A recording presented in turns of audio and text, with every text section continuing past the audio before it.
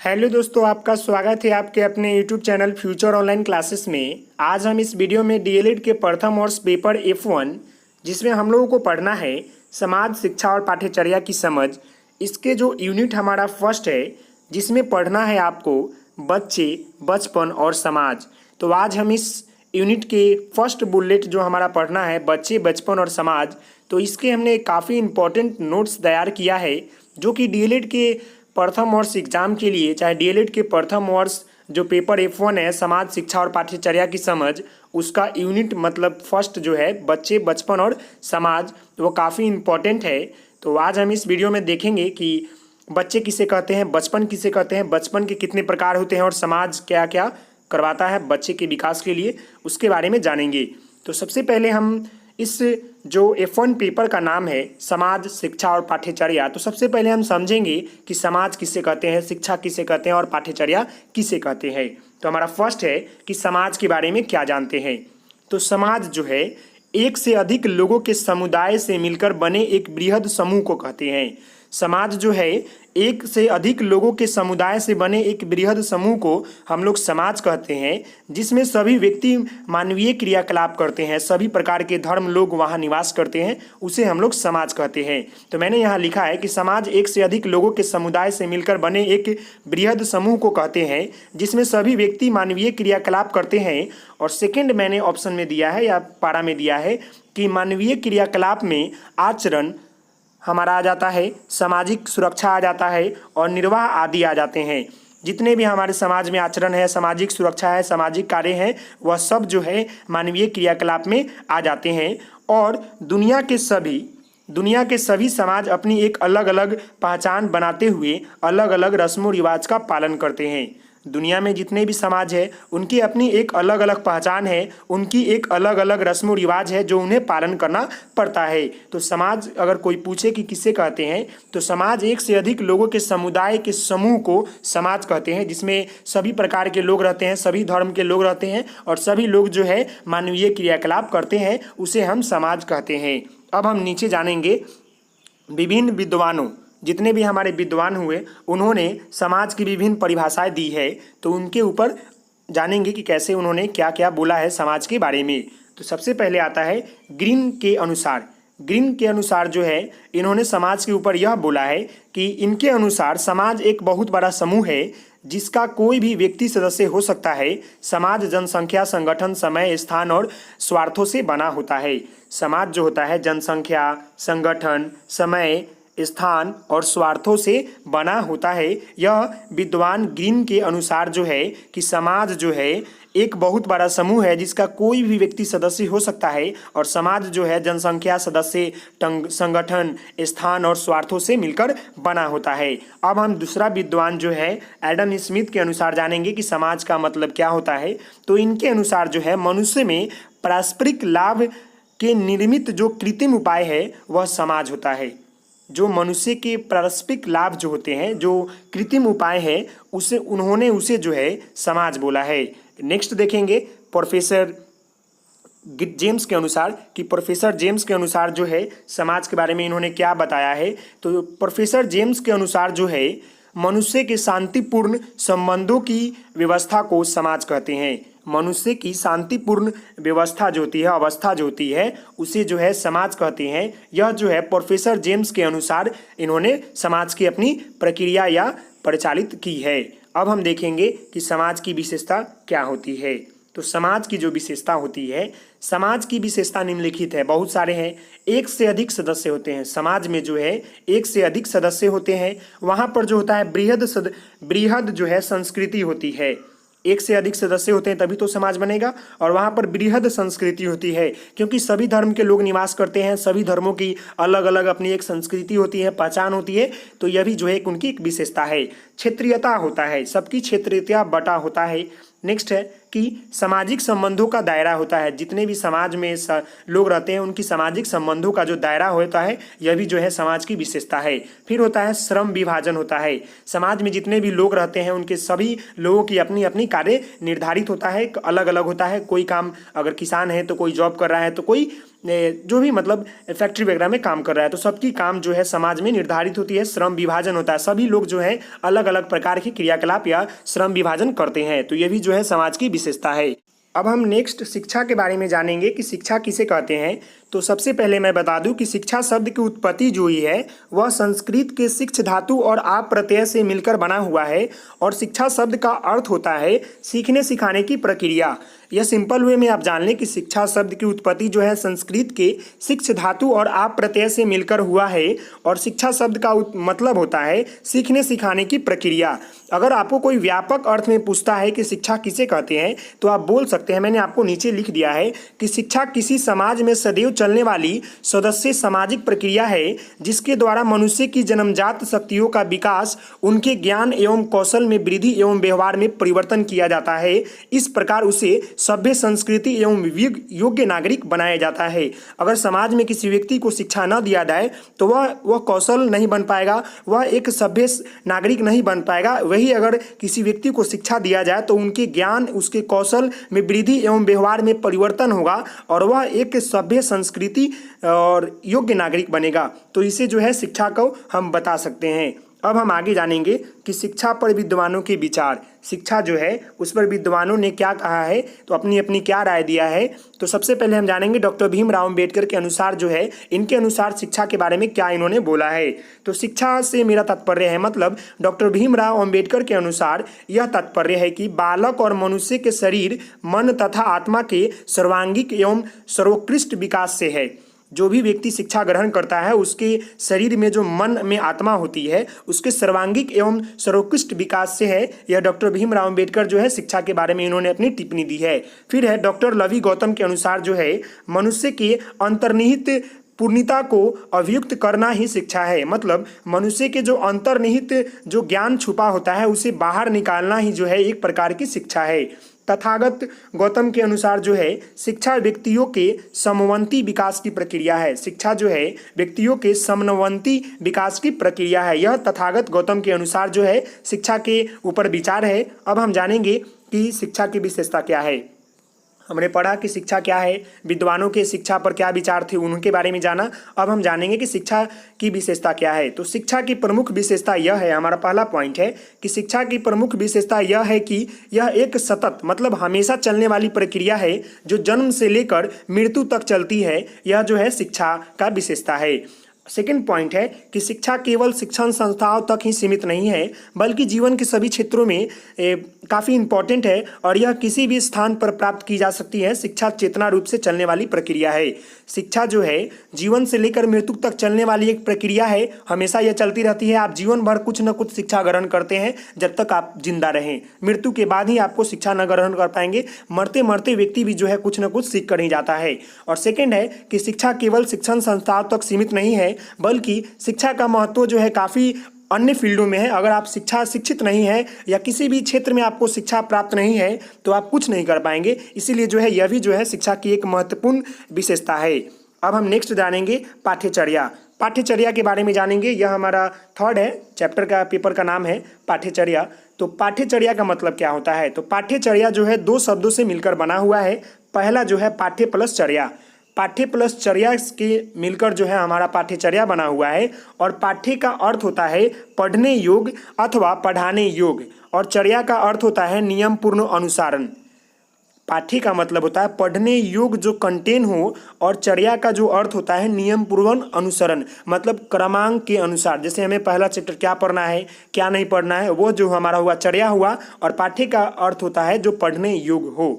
तो इसी तरह पाठ्यचर्या का अर्थ अगर बोले हम एक लाइन में तो पढ़ने पढ़ाने योग्य विषय वस्तुओं और क्रियाओं का नियम पूर्वक अनुसरण करना पाठ्यचर्या कहलाता है। मतलब पढ़ने पढ़ाने योग्य विषय वस्तुओं को क्रियाओं का नियम पूर्वक अनुसरण करना हमारा पाठ्यचर्या कहलाता है। अब हम अपने बुलेट फर्स्ट पर आते हैं। पहले जानते हैं कि बच्चा या बच्चे किसे कहते हैं। तो अंतर्राष्ट्रीय कानून के अनुसार 18 साल से कम उम्र के व्यक्ति को बच्चा माना जाता है। ऐसे तो हमें पता है कि बच्चा जो जन्म लेता है किशोर अवस्था में होता है उसे हम किशोर अवस्था नहीं, जो जन्म अवस्था में होते हैं उसके जो हम लोग हैं बच्चे कहते हैं।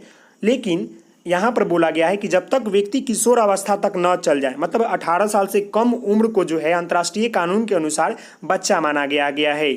आम बोलचाल के भाषा में यह कह सकते हैं कि जन्म से 1 माह तक की आयु को शिशु या नवजात कहते हैं, जबकि 1 महीने से 3 साल के बच्चे को सिर्फ शिशु कहते हैं। जब तक बालक या बालिका 8 वर्ष के नहीं हो जाते हैं तब तक वह शिशु ही कहलाते हैं। यही जो है बच्चा कहलाता है। अगर एक लाइन में अगर कोई पूछे कि बच्चा किसे कहते हैं या बच्चे किसे कहते हैं, तो आप बोल सकते हैं कि अंतर्राष्ट्रीय कानून के अनुसार जो व्यक्ति या जो बच्चा 18 साल से कम उम्र का है उसे हम बच्चा कह सकते हैं। नहीं तो जन्म से 1 माह की आयु से लेकर 3 माह तक की आयु को जो है बच्चा कहा जाता है। या बहुत तरह इसके डिफिनीसन है। ऐसे सटीक डिफिनीसन जो है वह है अंतर्राष्ट्रीय कानून के अनुसार 18 साल से कम उम्र के व्यक्तियों को बच्चा कहा जाता है। अब हम जानेंगे बचपन के बारे में और बचपन के प्रकार के बारे में। तो बचपन जो है जन्म से लेकर किशोर अवस्था तक के आयु काल को बचपन कहते हैं। किशोर अवस्था का आयु मतलब होता है जो व्यक्ति जो 18 साल तक न हुआ हो। 18 साल के बाद जो व्यक्ति हो जाते हैं उसे किशोर अवस्था कहते हैं। तो जो बच्चा जन्म से लेकर किशोर अवस्था तक के आयु काल को बचपन कहते हैं। विकासात्मक मनोविज्ञान में बचपन के 4 भागों में बांटा गया है। और कोई पूछता है कि मनोविज्ञान में जो है बचपन को कितने भागों में बांटा गया है, तो विकासात्मक मनोविज्ञान में जो है बचपन को 4 भागों में बांटा गया है। पहला है शैशव अवस्था, दूसरा है प्रारंभिक बचपन, और तीसरा है मध्य बचपन, और चौथा है किशोर अवस्था। तो पहले हम जानेंगे कि शैशव अवस्था में क्या होता है। तो शैशव अवस्था में जो बच्चे होते हैं वह चलना वो बोलना सीखते हैं। और प्रारंभिक बचपन में जो है बच्चे खेलने की उम्र होती है। और मध्य बचपन में जो है जो बच्चे होते हैं वह स्कूली शिक्षा प्राप्त करने की उम्र होती है। और किशोर अवस्था जो होता है व्यय संधि होता है, मतलब कार्य करने की संधि होता है।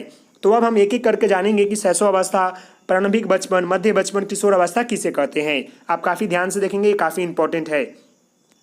तो सबसे पहले हम जानते हैं कि शैशव अवस्था किसे कहते हैं। तो बालक के जन्म लेने के उपरांत की अवस्था को शैशव अवस्था कहते हैं। जब बच्चा जन्म लेता है उसके उपरांत की अवस्था को जो है हम लोग शैशव अवस्था कहते हैं। यह अवस्था जो होता है 0 से 3 वर्ष तक मानी जाती है। जो बच्चा जो है 0 से 3 वर्ष तक का है उसे हम लोग शैशव अवस्था कहते हैं। विकास अवस्था में शैशव अवस्था का अपना विशेष स्थान है। शैशव अवस्था में बच्चे के भावी जीवन का निर्माण होता है। विकास अवस्था में जो है शैशव अवस्था का अपना विशेष ध्यान है। अगर शैशव अवस्था में अगर बच्चों पर ध्यान न दिया जाए तो काफ़ी बुरा प्रभाव पड़ता है। उसी समय अगर उस पर सही ध्यान दिया जाए तो आगे चलकर काफ़ी मतलब अच्छा कर पाएगा। इसीलिए जो है शैशव अवस्था जो है होता है वह अपना विशेष स्थान रखता है विकास अवस्थाओं के उपरांत। शैशव अवस्था में बच्चे के भावी जीवन का निर्माण होता है, मतलब जो भी छोटे मोटे बच्चे होते हैं उनका भावी जीवन का निर्माण होता है। अब हम जानेंगे प्रारंभिक बचपन के बारे में। तो प्रारंभिक बचपन जो होता है वह होता है शैशव अवस्था के बाद प्रारंभिक बचपन आता है। और बच्चे के लड़खड़ाते हुए चलने के साथ शुरू होता है। जब बच्चा बोलना और स्वतंत्र रूप से कदम बढ़ाने लगता है तो बुनियादी जरूरतों के लिए अपने माता पिता पर कम निर्भर रहने लगता है। उसी को जो है हम लोग प्रारंभिक बचपन कहते हैं। प्रारंभिक बचपन वो होता है जब शैशव अवस्था खत्म हो जाते हैं और धीरे धीरे बच्चे जो होते हैं चलने लगते हैं, धीरे धीरे बोलने लगते हैं। तो उस समय जो होता है वह अपने माता पिता पर कम निर्भर रहते हैं। वो खुद ऑटोमेटिक अपने आप खेलेंगे, अपने आप चलेंगे। तो उसी को जो है प्रारंभिक बचपन कहते हैं। उसे ही प्रारंभिक बचपन कहा जाता है। यह जो है 4 साल से लेकर 7-8 साल तक चलता है। प्रारंभिक बचपन जो होता है 4 साल से लेकर 7 या 8 साल तक चलता है। उसके बाद जो होता है मध्य बचपन स्टार्ट होता है। तो मध्य बचपन के बारे में हम जानेंगे कि मध्य बचपन किसे कहते हैं। तो मध्य बचपन जो होता है 7 या 8 साल की उम्र से लेकर वह जो होता है अनुमानतः प्राथमिक स्कूल की उम्र तक चलता है। प्राथमिक स्कूल की उम्र जो होती है वह बच्चा 12 साल से स्टार्ट हो जाता है, लगभग यौवन काल पर समाप्त होता है। यौवन काल का मतलब होता है कि किशोर अवस्था तक समाप्त हो जाता है। उसके बाद जो होता है किशोर अवस्था की शुरुआत होती है। तो यह जो है हमारा मध्य बचपन होता है। मध्य बचपन में जो होता है बच्चे जो होते हैं मतलब प्राथमिक शिक्षा प्राप्त करते हैं, स्कूली शिक्षा प्राप्त करते हैं और उनको धीरे धीरे ज्ञान प्राप्ति होने लगता है, ज्ञान के अनुभव होने लगता है। अब आता है किशोर अवस्था। तो किशोर अवस्था काफ़ी इंपॉर्टेंट है। और किशोर अवस्था को जो है हम लोग बसंत काल भी कहते हैं, क्योंकि इसी अवस्था में जो है मनुष्य के भावी जीवन का अच्छी तरह निर्माण होता है। काफ़ी इंपॉर्टेंट यह अवस्था है। इसमें जो है काफ़ी निर्माण होता है। किशोर अवस्था बचपन की अंतिम अवस्था होती है। जो बचपन होते हैं उसकी अंतिम अवस्था जो होता है किशोर अवस्था होता है, जो कि यौवन दशा से शुरू होती है। और किशोर अवस्था मनुष्य के जीवन काल का बसंत काल भी माना जाता है।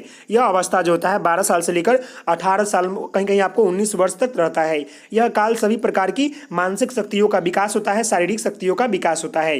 किशोर अवस्था में जो होता है पूरी तरह से व्यक्ति बालक का मानसिक और शारीरिक विकास होता है। तो यह जो है इसीलिए जो है इसको बसंत काल कहा जाता है, इसीलिए जो है इसको बसंत काल कहा जाता है। अब हम जानेंगे विकास के प्रमुख अवस्था। विकास के प्रमुख अवस्था क्या होते हैं? तो विकास की प्रमुख अवस्था जो होता है गर्भ अवस्था होता है, फिर शैशव अवस्था होता है, फिर बाल्य अवस्था होता है, किशोर अवस्था होता है और प्रौढ़ा अवस्था होता है।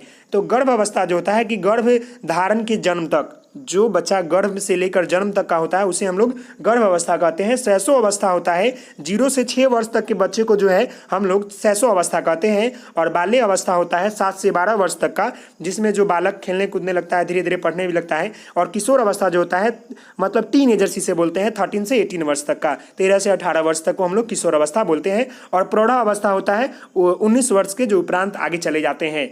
तो यह जो प्रौढ़ा अवस्था का मतलब होता है जो काफ़ी अनुभव हो चुके हों, परिपक्व हो चुके हों। अब हम आगे देखेंगे कि बच्चे के विकास के पहलू, बच्चे के विकास के पहलू के बारे में जानेंगे कि बच्चे के विकास के पहलू क्या क्या होते हैं।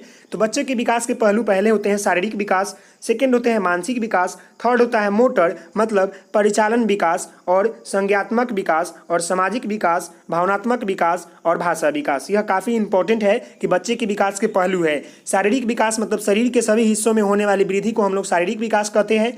मानसिक विकास कहते हैं दिमाग का तीव्र विकास, मतलब दिमाग में जो वृद्धि होती है, उनके दिमाग माइंड में जो तीव्र विकास होता है उसे हम लोग मानसिक विकास कहते हैं। और मोटर परिचालन विकास का मतलब होता है वो बच्चा जो भी मतलब चलने सीखने लगता है। फिर होता है संज्ञानात्मक विकास, जिसमें भेदभाव करना, वस्तुओं का परिणामों का भेदभाव करना, कौन सा वस्तु छोटा बड़ा है, कौन सा काला, रंगों का भेदभाव करना आदि जो होता है संज्ञानात्मक विकास के अंतर्गत आता है। फिर आता है हमारा सामाजिक और भावनात्मक विकास, मतलब जिस वक्त बच्चे में जो होता है सहानुभूति, भय, नियमों को समझ में आ जाते हैं उसे जो है सामाजिक और भावनात्मक विकास कहते हैं। फिर आता है भाषा विकास, जिसमें जो होता है शब्द अनुकरण करने लगते हैं, दादा दादा या पापा पापा मतलब बोलने लगते हैं। यह भी जो है बच्चे के विकास के पहलू है। मतलब जो भी बच्चे होते हैं छोटे हुए पहले बोलते हैं पापा, तो ये जो है बच्चे के भाषा विकास की शुरुआत होती है। तो यह जो था बच्चे के विकास के पहलू थे, यह काफ़ी इंपॉर्टेंट है, इसे आप लिख लेंगे। इसे जैसे शारीरिक विकास हुए इसमें आप अपने मन से बनाकर काफ़ी लिख सकते हैं। मैंने आपको शॉर्ट फॉर्म में बताया है ताकि वीडियो बड़ा ना हो। नेक्स्ट अब देखेंगे कि बचपन की प्रमुख विशेषताएं क्या क्या होती है। तो बचपन की प्रमुख विशेषताएं के बारे में जानेंगे। बचपन में जो होता है सीखने के साथ साथ बच्चा जो है भाषा शैली की उत्पन्न भी होती है। बचपन में जो बच्चे होते हैं सीखते सीखते जो है उनकी भाषा शैली की भी उत्पत्ति या उत्पन्न हो जाती है। शारीरिक विकास व मानसिक विकास तीव्र गति से होता है, यह हमारा बचपन की प्रमुख विशेषताएं हैं। सोचने समझने की बौद्धिक क्षमता का विकास होता है बचपन में। बच्चा अपना पर्यावरण के अनुभवों के सामंजस्य स्थापित करता है, मतलब अपने पर्यावरण में खेलने कूदने उसके बारे में जानने की वो सामंजस्य स्थापित करता है। बच्चे को मिलने जुलने एवं परस्पर एक दूसरे के साथ खेलने में उसमें भावनात्मक विकास होता है। किसी को चोट लग गया तो वो देखकर उसे रोना आ गया, तो यह जो होता है खेलने के साथ जो होता है बच्चे दूसरे से मिलते हैं बच्चे जो है, तो उसमें जो है भावनात्मक विकास उत्पन्न होता है। बच्चे को मिलने जुलने एवं परस्पर एक दूसरे के साथ खेलने से उनमें भावनात्मक विकास होता है। यह बचपन की काफ़ी प्रमुख विशेषता है। लास्ट है, बचपन में बालक जिन संस्कारों को ग्रहण कर लेता है वह अस्थायी हो जाता है। बचपन में जो बालक के संस्कार ग्रहण करते हैं वो यह नहीं है कि स्थायी रूप से वो आगे चलेगा, वो आगे जाकर बिगड़ भी सकता है बच्चा, अगर सुधर भी सकता है। तो यह जो होता है अस्थायी होता है, मतलब कभी भी यह चेंजिंग आ सकता है बच्चे में। अब हम जानेंगे बच्चे का सामाजिक और सांस्कृतिक विकास के बारे में।